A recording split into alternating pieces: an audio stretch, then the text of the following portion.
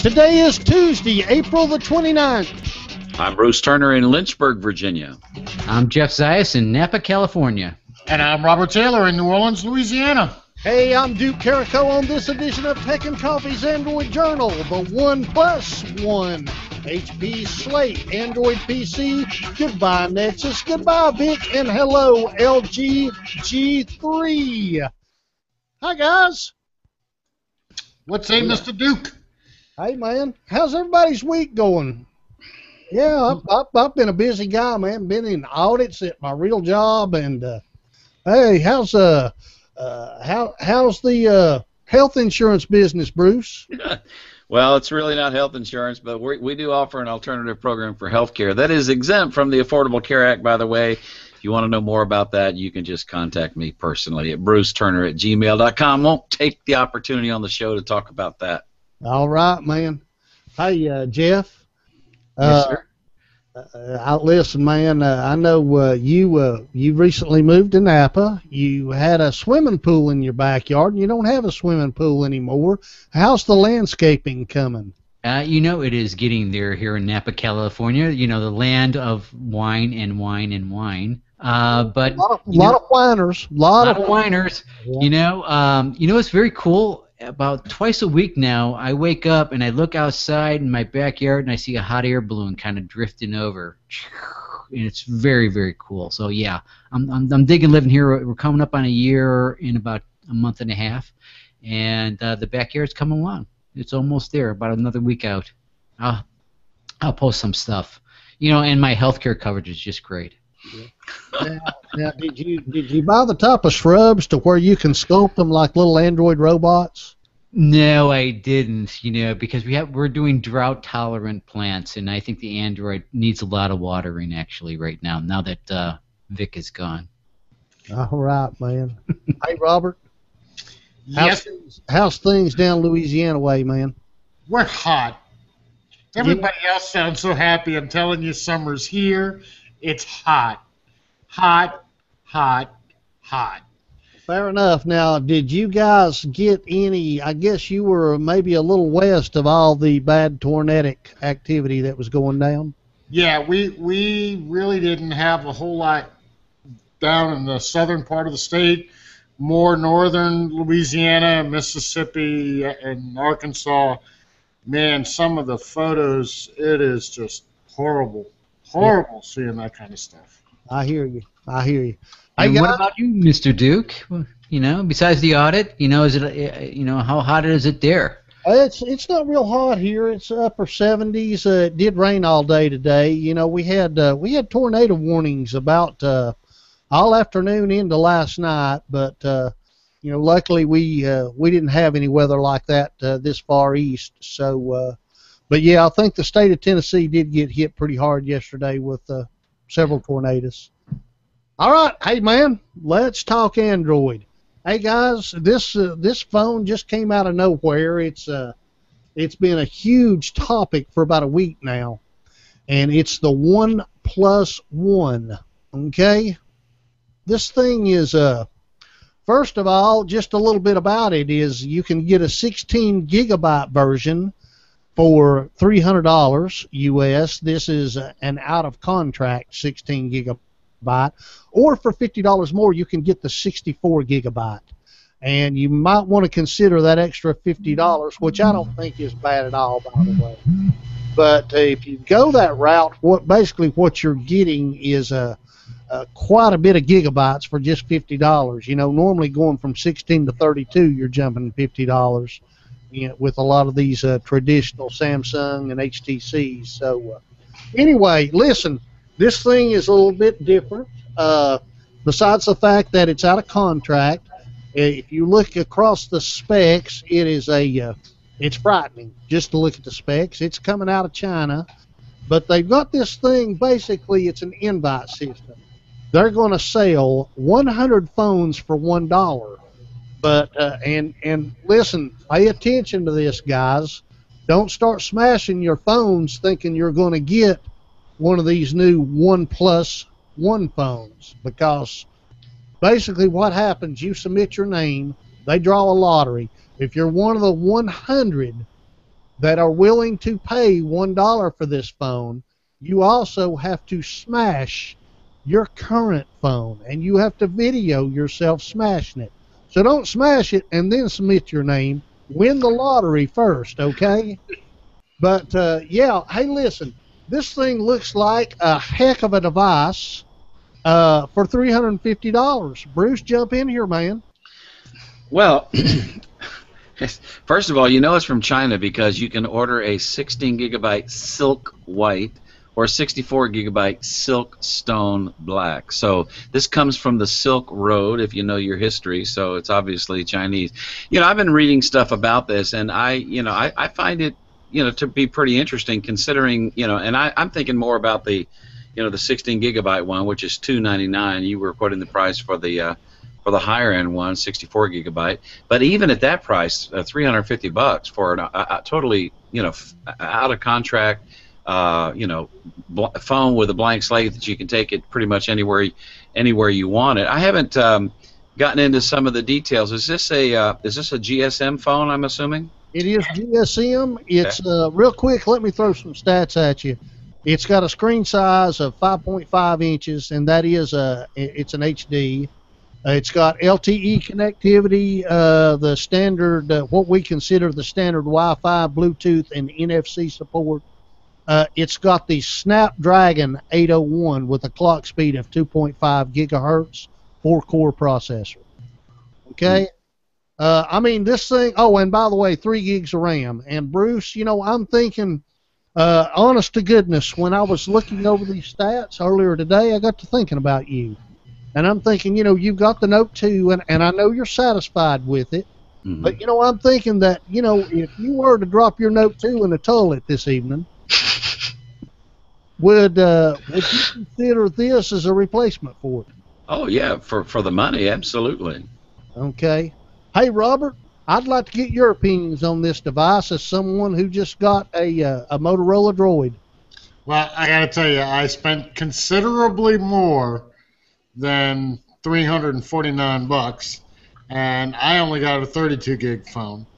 The specs, as you said, they're phenomenal specs. I mean, it's almost rumor level. This is not a rumor. This is true. It's a real phone. But, I mean, to hear those specs come out, it's kind of like wish list thinking. How much RAM do you want? 3 gigs? Okay, no problem. How much memory do you want? 64 gigs? Okay, no problem. 5.5-inch screen? No problem. Let them have it. It's like unbelievable. The scary part is the phone is from an unknown manufacturer, not HTC, Samsung, Motorola. And these are brand new guys on the horizon here, and the delivery system seems weird. That invite concept, is it designed to create interest? And I'm reminded of that the thought of 6 degrees of separation. Okay, I got to be, so many people within the first 100 that get their invite, because those 100 will get a limited number of invites that they can invite people to take part. So, I mean, you got to be kind of close to the core to put your hands on the phone. Now, if it is a huge success, I'm sure it'll be available open market. You can buy it. But it is an awesome from the spec standpoint, but there's a lot of kind of, along the way. Fair enough. Did you guys know, I just learned this earlier today. Are you guys familiar with Oppo, OPPO, Oppo Find, the Oppo Find phone? They're making a phone. They're a Chinese company, and they've made several waves recently with this Oppo Find. I mean, a lot of people in the U.S. are looking at this phone pretty heavy. This is the same company that is making this other phone. It is Oppo and OnePlus are the same company. They're basically just sister manufacturers. So, but still, what do you do when your phone doesn't, has a problem? How do you get a replacement phone? You know, Well, and kinda like, that's a good point because I'm sure especially if that you we're just going to be smash your buying. other phone up, right? Yeah. Uh, well, I guess there's but China is coming on. Would you not agree that China is really coming on within the U.S. market at some of these out of contract Oh, low most price? definitely. Yeah. But who in the group has ordered something from China and expected it in like 2 days or 3 days and took like 4 weeks? I'm Or waiting on a Chinese order right now that I bought it 10 days ago and it's yet to leave China. yeah. So it's on a slow boat from China, right? Well, So you know. no, it hasn't left China. Okay, it hasn't left China. Well, they don't have enough. They don't have enough orders to actually build it yet. So. Well, I'm waiting on the doorbell to ring. I just ordered a Chinese 2-meter ham two-way receiver from a company called Baofeng, and it's almost it's rated like 4.7 stars, 677 customer reviews.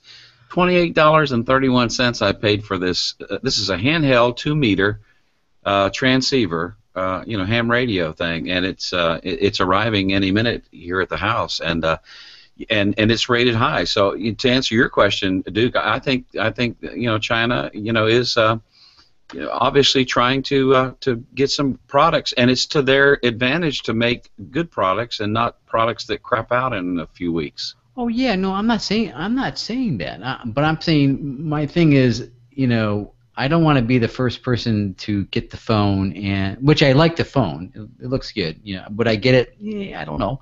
But you could spend $350 and get a great phone, or you can spend $350 and get a handful of crap, right? No, You're you're exactly right. And I think to better answer your question, what are you going to do when it tears up? Probably I'm going to be just as screwed as a lot of the people were who bought that first Google Nexus, and theirs arrived DOA, and they couldn't get any support from Google. Okay. I mean, exactly. Don't get me wrong, it is China. It's probably more likely to happen when you do have problems. It's going to be a larger hassle. Okay? Yeah. Yeah. Well, and saying that, have you tried to return a phone to Verizon or AT&T and see the hoops you got to jump through? I In a lot of cases, it's not easy. I actually was able to return my phone pretty easily through Verizon but I did not get a new phone. I got a refurbished phone. So once again, if you go buy a phone, and that's Verizon's policy too, is that you buy a phone brand new, you have it for a day, 2 days, 3 days. You go back to the store and say the phone stopped working. They're like, no problem. We will give you another one. You're going to get a factory refurbished phone. Exactly. Yep. Not getting a new phone. And you can complain until the cows come home. Their policy is that if the phone is DOA when they open the box, they will give you a factory refurbished phone, which means somebody else used it. Yeah, I think for me, I think they said 10 or 14 days. After that, it's refurbished. But I could be wrong. That was a long time ago. But I got it. They FedExed a new phone out. So. Right. All right, hey man, just to wrap this up, this does look like a very interesting device. You can go to their website and get your name in for the lottery. They're going to start shipping this device in late May, and it's going to be, when it launches, it's going to be available Belgium, Finland, Austria, Denmark, Germany, France, Italy, Netherlands, Hong Kong, Spain, Sweden, Portugal, Taiwan, UK, US, and Canada. It will be unlocked, and we're not expecting to see this in AT&T or Verizon anytime soon, if ever. But yeah, if you're looking for hey, even people like myself who bought the Nexus 5, or people who would lust for a Moto X. This is definitely at that price point, and spec-wise, specs doesn't make the device, but spec-wise, it's very, very impressive. All right, man. Hey, moving on. Hey, guys, HP had a video on their website of an Android-powered notebook, and it was spotted by Notebook Italia. Hey, since this video has been yanked off the site, but basically what the video showed was a 14-inch laptop. It was black and yellow. I would have called it the Bumblebee for sure. Quad-core NVIDIA processor and 3 full-size USB ports. It had a micro SD card slot, HDMI output, and also touted Beats audio speakers. Now, I just want to clarify, this is not the first HP Android PC that's hit the market. And the first one was a flop. Okay, it was buggy. It had all kinds of issues. It actually had a detachable keyboard. I did see some pictures of it. I do recall reading a review that ripped it apart. Okay. Now, I'm looking this over, and I'm thinking about this. Hey, Bruce, you got a Chromebook. I do. What could you do with an Android PC that you can't do with a Chromebook? I know there's things that you can do. Well, I mean, but what is appealing to you about an Android platform in a PC hardware? Nothing. You could game on this thing. I mean, there are some Android games. There's not a whole lot of games written for the Chrome OS. There's only one thing about this that intrigues me, and I wonder what the price of this thing would be, and that is not that it has a touch screen per se, but that it has a 1080p screen, a good high-quality screen. Most of the Chromebooks in the 11.6-inch form factor, which is my favorite, don't have that high quality of screen. But I've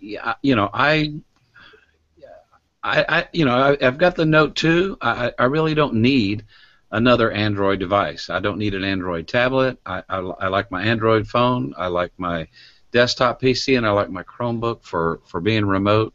I spent 3 hours at a coffee house on my Chromebook, remoted into my desktop, got 3 hours of solid work done.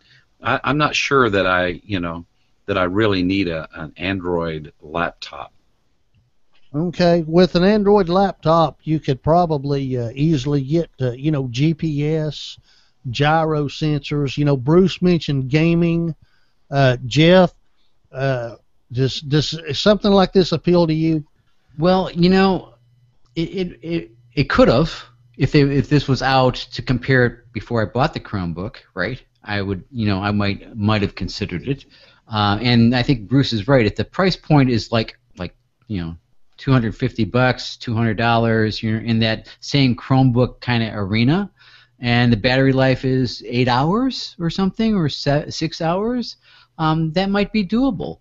Because there are some apps on the that I can't do on my Chromebook, right? And if it had all the functionality of it might be doable for me. And it kind of settles in the in-between offline-online environment, because there are a lot of apps that you can run that could be offline. You can run that that Office app that was free on Android, and there's things that you could run and do things without being connected, without having Linux on it as a side loaded running something else. So yeah, I could see it. I can definitely see it if the price point was a certain level and the battery life was as comparable to the Chromebook.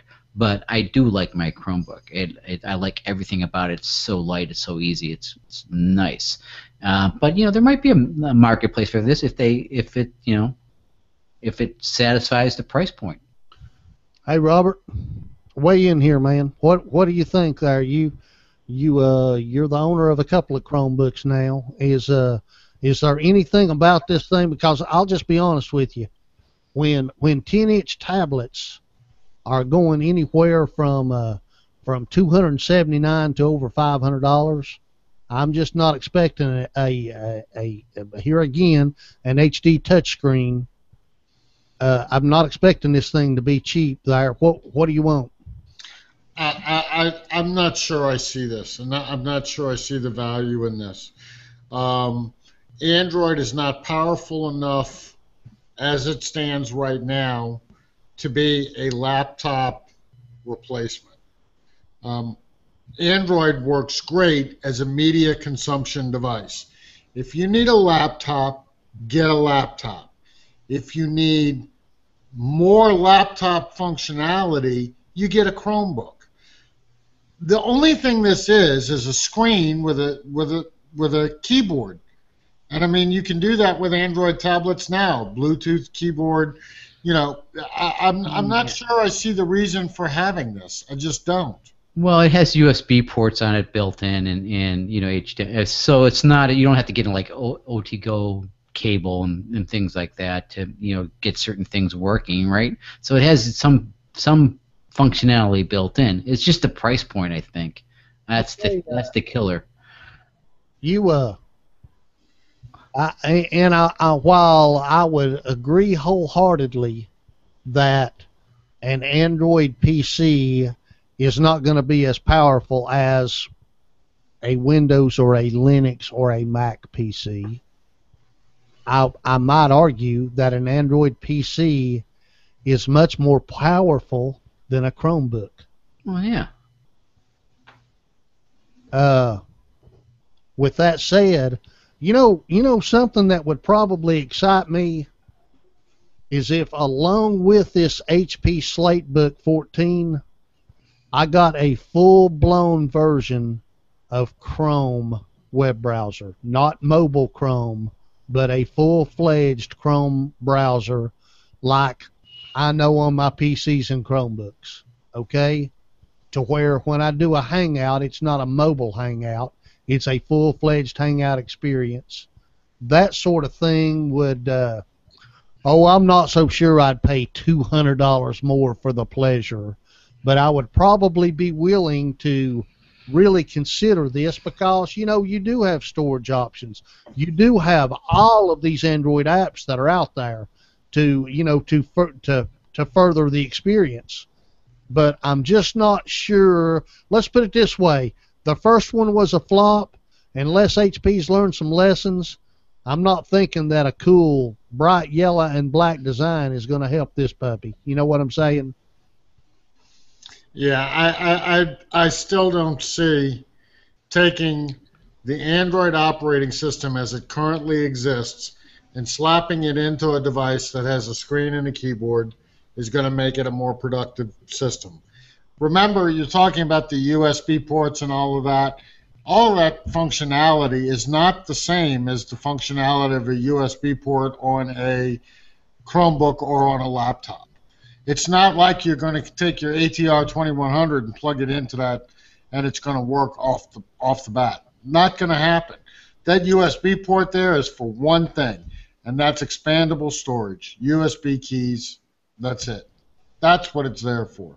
I would be surprised because no matter what, you're looking at the limitation of the Android operating system, which is meant to be mobile.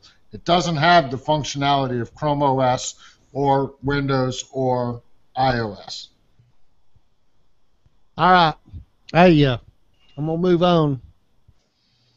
Hey, guys, there's a report that the Nexus program will be retiring next year, and it's going to be replaced by Android Silver. Okay? What is Android Silver? Well, it's kind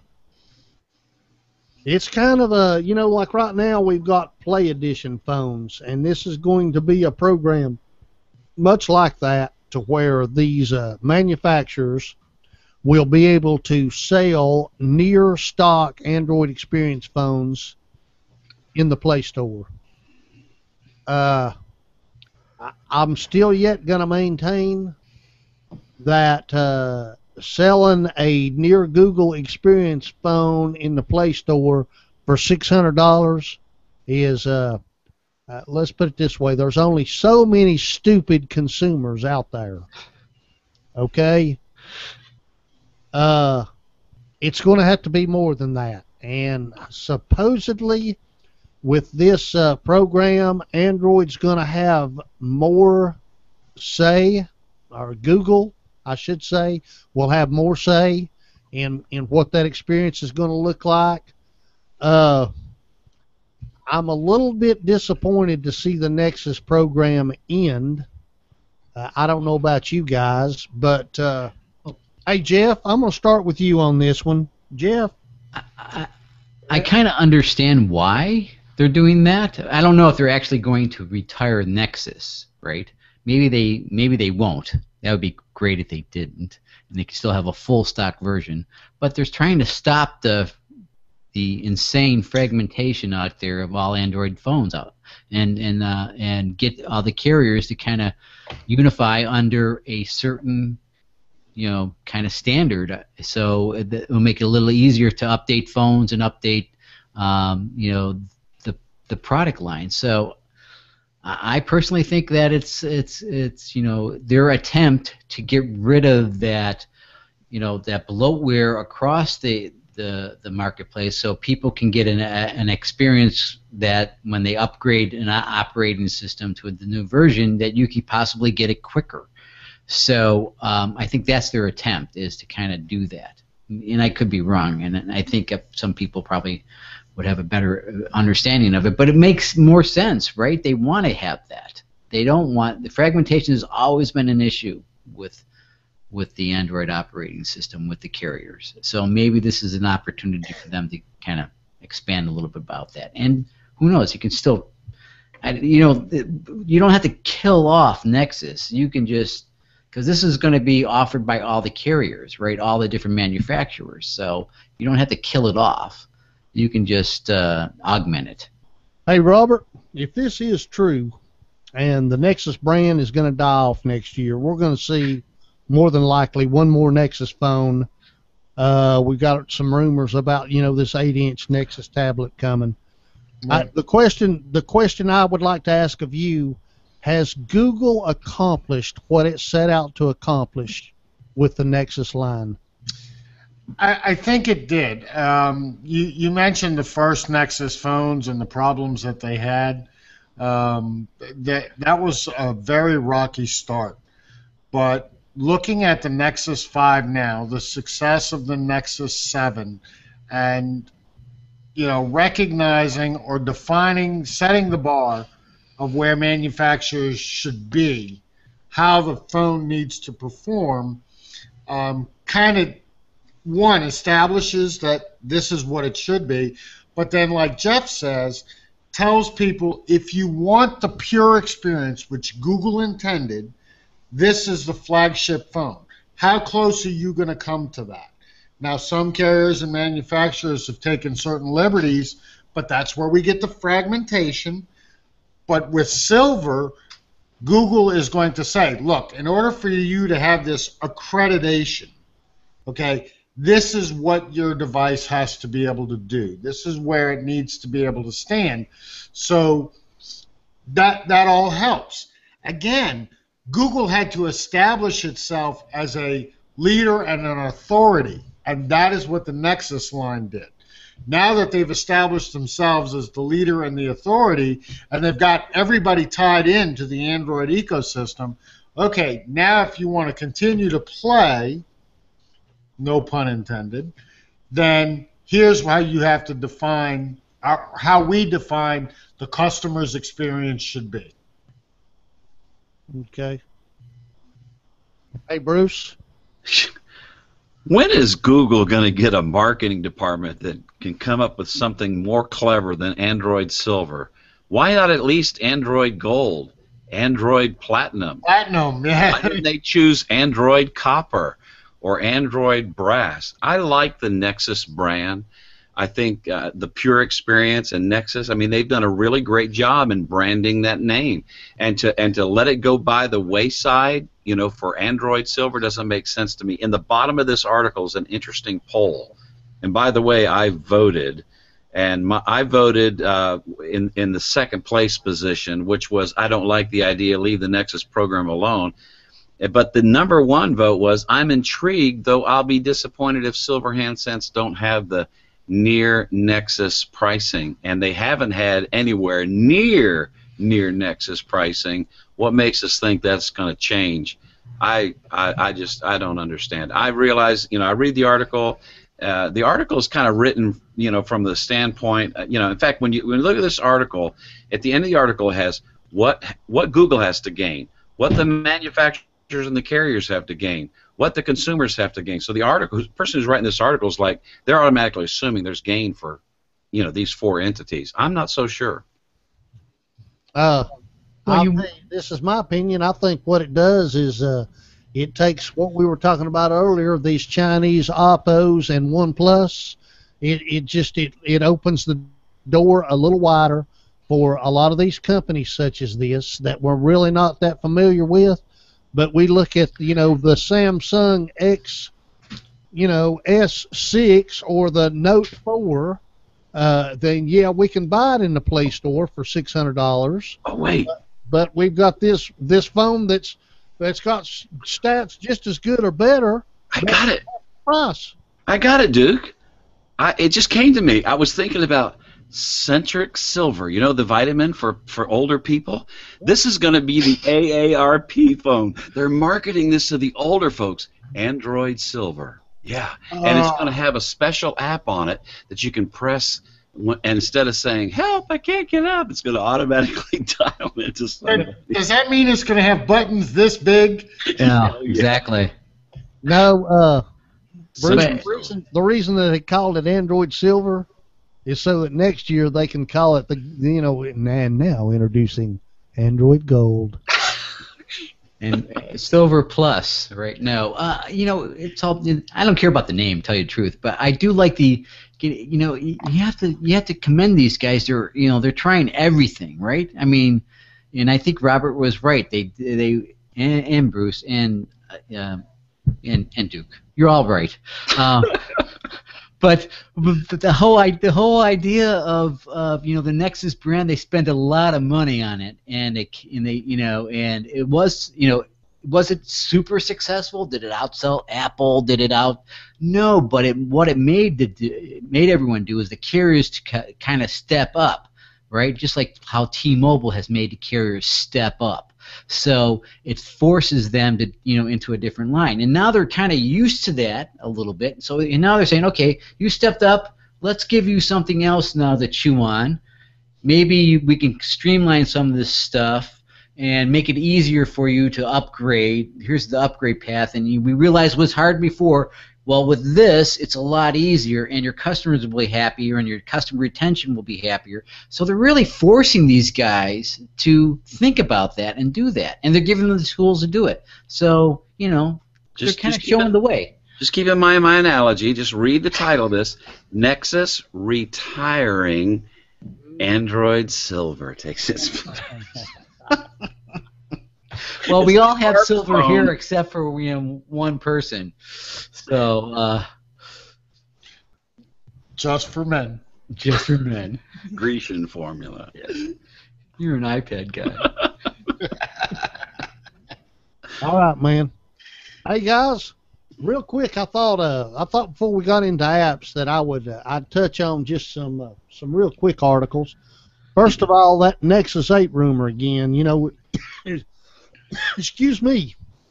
There's some, I guess I'm going to call them rumors that HTC is going to build the Nexus 8, and basically DigiTimes had reported recently that this thing's rumored to be 8.9 inches. I mean, we're getting into iPad territory here, and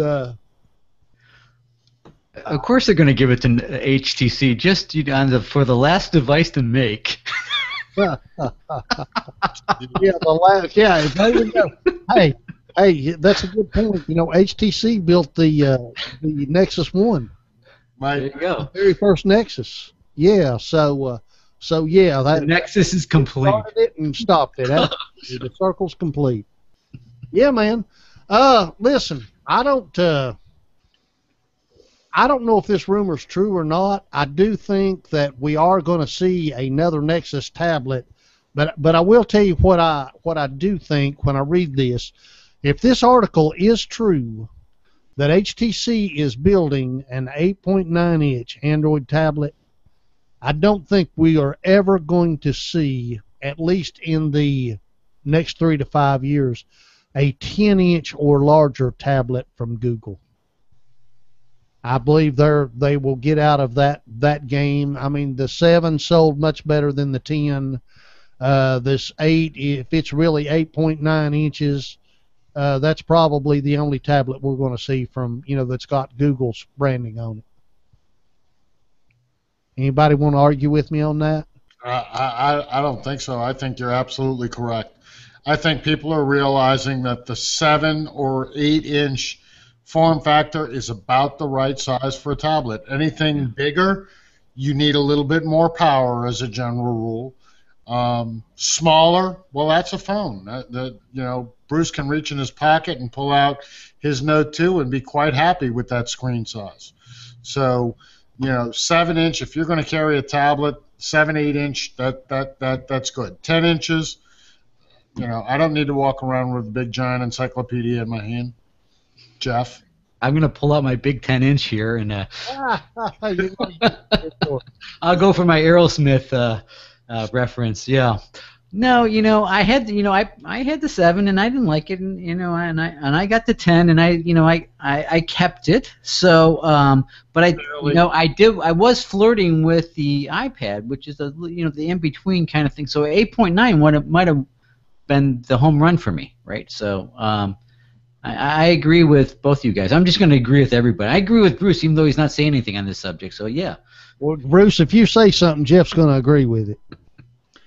Well, it depends on if they make it silver color. It could have some. Ouch. Right? Yeah, aluminum. Yeah. Hey guys, Aluminum.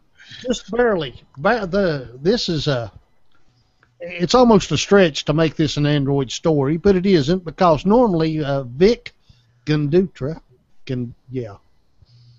he normally kicks off. Vic Gundotra normally kicks off Google's I/O. Has for the last couple of years, and he was in charge of Google Plus. He announced this week that he was leaving.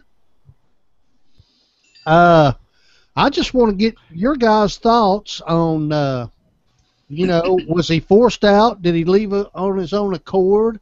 And what you think the future of our favorite social network, Google Plus? What do you think that's going to be? And Robert, I'm going to let you kick this one off. Oh. If I see Google Plus is dead one more time, I'm just gonna, It's not dead. It's a ghost town. Right. Well, right. I guess it started off dead and continues to be dead, and now we just have to have another thing that we can say it's dead. It's dead. I mean, I understand that the gentleman had a tragedy in his family life, and that probably had a little something to go in with that. But the end result is people leave and change jobs. They change focus, their family life changes, whatever the case may be. And when you have a product that people use and admire and have latched onto, and it has become a very significant part of Google. I don't want to say it's their core. It's not. Search and advertising is their core. But Google Plus has brought more eyeballs to the table in the last year and a half than anything. And it amazes me that, people can't change jobs or have a change in their life without people running around saying the sky is falling. Just because Vic Gundotra left doesn't mean that Google's coming apart at the seams. It's not the case. All right, Bruce, you're next, man. What do you think was he forced out, and what do you think the future of Google Plus is? Well, I'm thinking about changing my last name from Turner to Walker, since they also mentioned this is like The Walking Dead. I could be a walker in Google Right. Plus. No, listen, people move on to different things. A lot of people are entrepreneurial. I mean, I know people. 5 years is about the length of time they stay in one particular project and they move on to something else. Google's building a mall. It's not like Walmart. It's this mall where they got this long traffic ways, walkways with food courts and all kinds of different stores and shops. They're building a platform, and Google Plus is part of that.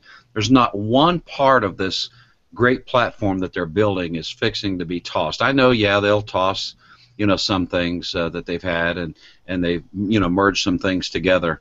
But, I think the more people, especially like with Chrome OS, the more people get into that Google sphere, and given the concerns that some people have about privacy and everything else like that, it's just, it's only natural that people are going to, more people are going to gravitate to the social media part of this platform, which is Google Plus.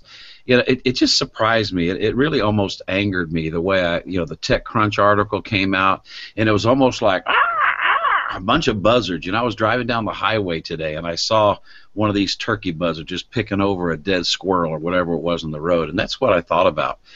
People move on, and so I think the guy they've got to take his place. I hear good things about him. He seems to be pretty sharp. So let's see what happens next. All right, Jeff, your turn. Okay, I think I'm. This is where I disagree. Finally. Oh. Hey, Yeah. I think he came to loggerheads. I think he has a different vision for Google Plus than the higher ups. He wanted total integration. Right, and he wanted more integration. He was using up more and more resources from the Google universe, and some things were wins and some things weren't wins. Like the YouTube comments being Google Plus comments was not a big fan favorite for all the YouTubers, right? And how he forced certain integration down certain product lines, and he probably did it in such a way that he caused some friction. And I think that when he started, the writing started. I don't think the death in the family was the trigger. I think something else. I think the trigger was profitability and resources being used up, and Google's not meeting earnings and things like that. I think it was real business kind of things that made it. And he probably saw that the writing on the wall that Google was not going to have that same investment into Google Plus and keep on pushing it forward and do more and more things. Maybe they thought it's time to just kind of let it pull back a little bit in terms of pushing it forward and just let it organically grow. And they brought in more of a manager than a visionary, right? So they think the vision is complete. They like what they got. I don't think Google Plus is going away, but I think it's going to be in that maintaining stage. I think they're going to definitely still keep the Hangouts. That derivative that came out of Google Plus is a very strong package for them, and they're going to keep that. But I don't think you're going to see the big changes anymore within Google Plus. I think it's going to be the other thing. I think it's just going to be business as usual. Well, that worries me that you say that, because when things start to sit stagnant with Google, that's when they start looking at, okay, what do we need to cut off? I don't think it's going to go stagnant. I just think it's just not going to have, I think Vic did his job. I think he did a great job. I think he moved it forward, and he had an integrated viewpoint of how everything should look. And I think he was successful to a degree, but I think he burnt some bridges using all these resources, and now they're, people are being moved around. Yeah. If you can believe the reports, and I'm not privy to secret, I'm not a member, and even if I was, it wouldn't do me any good, because you gotta have friends in high places, and I don't, so I wouldn't have seen the post. But according to Secret, employees at Google did not like him at all. Okay? Plus, they saw him interviewing other places. Yeah, exactly. Robert, you made the mention about the ghost town. First of all, let me just say this: TechCrunch does not have a good track record when it comes to accurately spreading rumors. Okay, they've missed it by far a time or three. And second of all, man, there's a lot of ghosts that's been posting a lot of memes about that, what TechCrunch said about Ghost Town. I'll tell you what, man. I watched our friend Dan McDermott Friday night. They had a whole lot to say about this. And one of his panelists, I really have a lot of respect for the guy. Honestly, I do. Even though I've always thought he thinks differently than most. Was talking about how he brought all of his Facebook friends over, and they looked around and they left, and that Google Plus is a ghost town. And you know what? That's his experience. I'm not telling him that he's wrong. I'm just saying that that's his experience. My experience has been exactly the opposite. Most of the time when I post in the same places, I have more interaction from Google Plus than I do from Facebook. Okay? So, I think that Google Plus is for real. I think it's got the best photo service going. Okay, it makes what Facebook offers look like a joke, and I'm talking both from mobile and the desktop experience. There's other things, the communities I know has really added a lot of value to me. And is probably a big reason why I do use Google Plus as much as I do. I know just the tech and coffee community's 31,000 members strong now and still growing. And man, what a great place to grab a cup of coffee in the morning and read all the tech articles that have been posted up. That's just with that said, Google Plus is not Facebook. Okay, it is not. It is not, and I'm not so sure that is a bad thing from my selfish experience. Okay, because I don't necessarily want to see a change. Google Plus has made a lot of changes since we started way back in the day, guys. Does anybody play games from Google? You know why? There aren't any. Do you remember when Google added Google Games? Where are they now? I mean, they quietly went away. Listen, Google's going to continue to grow and morph. I don't care if it's Google Plus or Wave. Okay, all products have an end of life, and but I don't think Google Plus is in the near future myself. All right, man. Hey, guys, we're starting to see some leaked screenshots of LG's flagship device, their new one. It's going to be the G3. And we've talked about a lot of phones here tonight. I try to avoid that because there's so many coming and going all the time. But this LG G3, what do you think of it, guys? Is this, LG continues to grow. They continue to grow market share. Is this G3 a big winner, or is it a me too? Well, I'll jump in. I got to tell you, the G2, there are people who loved it and spoke very highly of it.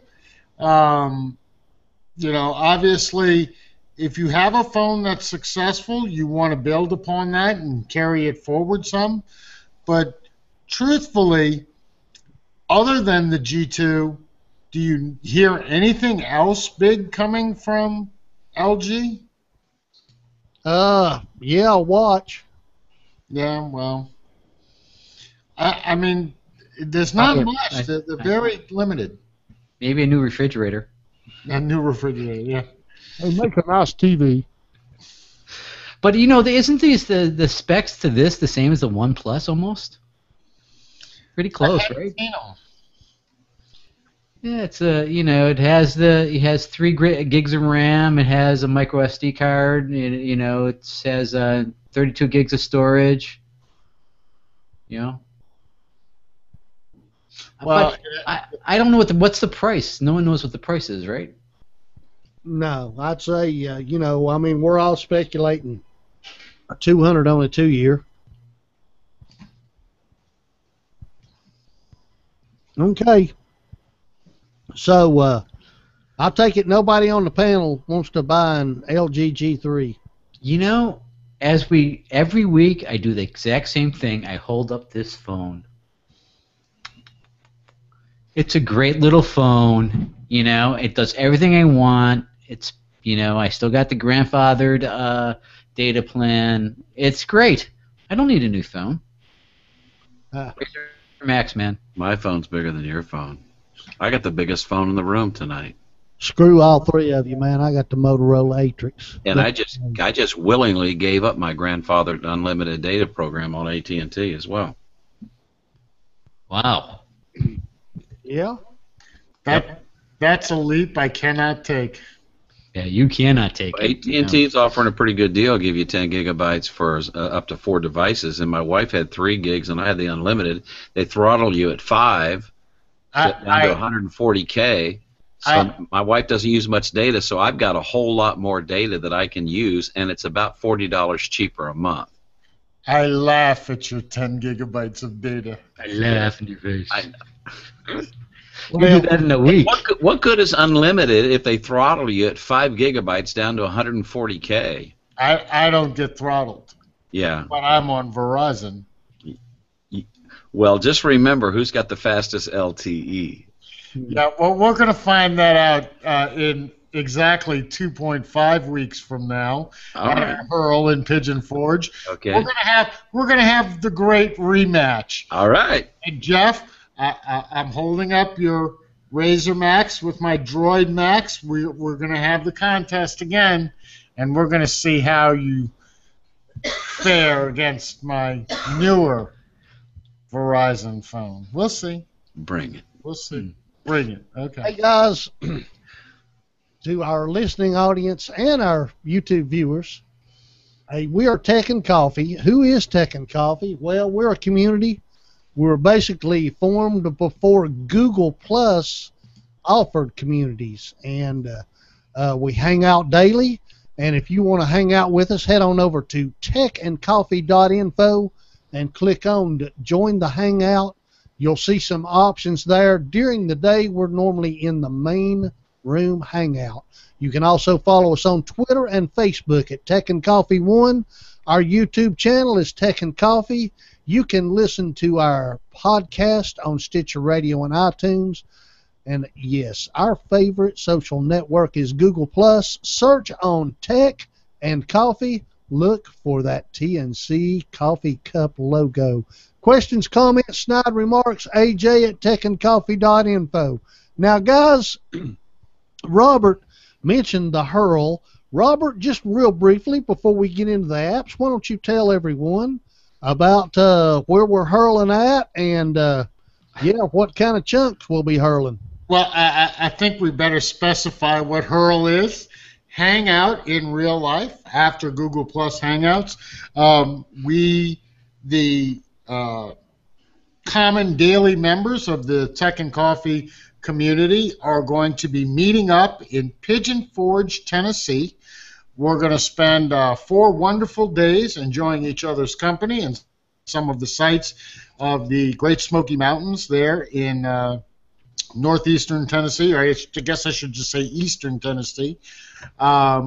Got quite a few activities planned. We're really, really, really looking forward to doing this for our second time. We did it last year. This year, we have a slightly larger group. We're going to be there from May 18th through the 21st. You can watch on the Tech and Coffee's website and hangout, techandcoffee.info. Just click on the hangout and join us in the main room. We'll be popping in there with all the sights and sounds of everything that we'll be doing. And I believe Tuesday night we're going to do a hangout and kind of just do a little tech review of all the gadgets and goodies we carry with us. All right. Hey, Bruce, are you going to the Hurl? I will be at the Hurl, and you're going to bring your bass guitar, aren't you? I can bring my bass. You know, I've got it sitting over here behind me here right now. All right, I'll bring my guitar. We'll do a little jam. You know, in Tennessee, you have to do a little bluegrass. You know what I'm talking about? Oh, yeah. And Jeff, are you coming to the Hurl? I am not going, but I'm pulling for you guys to get your security deposit back. So. Yeah. Well. Uh-oh. Jeff, it's my credit card that's on the line, but Hey guys.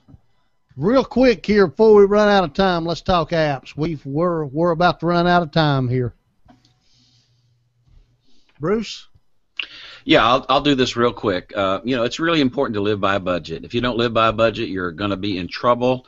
So many people in trouble today, maxing out credit cards, getting themselves in all kind of debt, college school debt, maxing out credit cards, and just little issues. And there are a lot of really good apps. I mean, I use Quicken on my desktop. Some people use other programs, but there's a number of apps, and this is one that I just would share with you just to look at. I don't care what you use something, live by a budget. This one is called Home Budget Manager, and this is the Home Budget Manager Lite version.